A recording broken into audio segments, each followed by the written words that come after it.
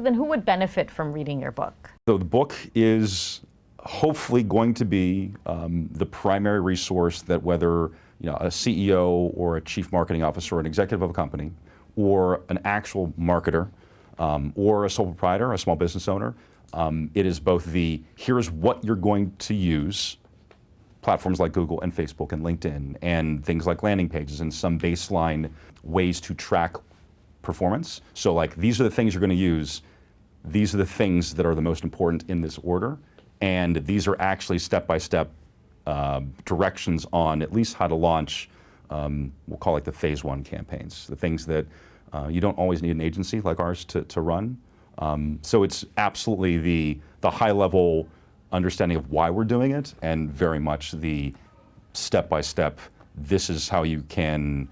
in 200 and some pages, after you get done reading it, next week you'll probably have a live marketing campaign that you built. So, in your book, you actually point out that there are several high-level executives and leaders, CEOs within organizations who don't know a lot about specifics around marketing and terminology and technology. Yeah, it's, I'm continually surprised that in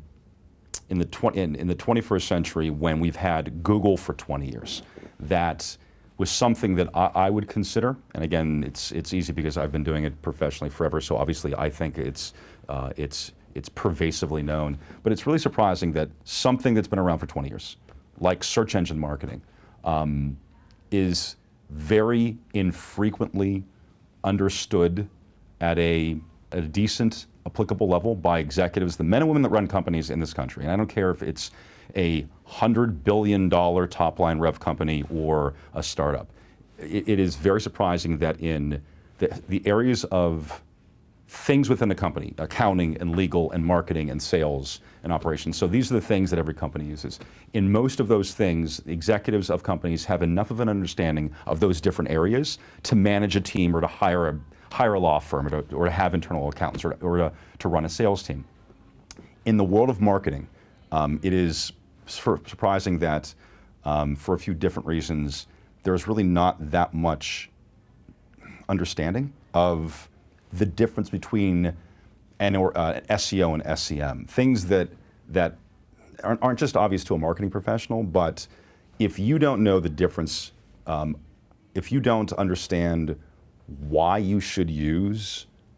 search engine marketing for your product, or why social media can help you get more customers and it's not for just getting likes or retweeting things. Like, if you don't understand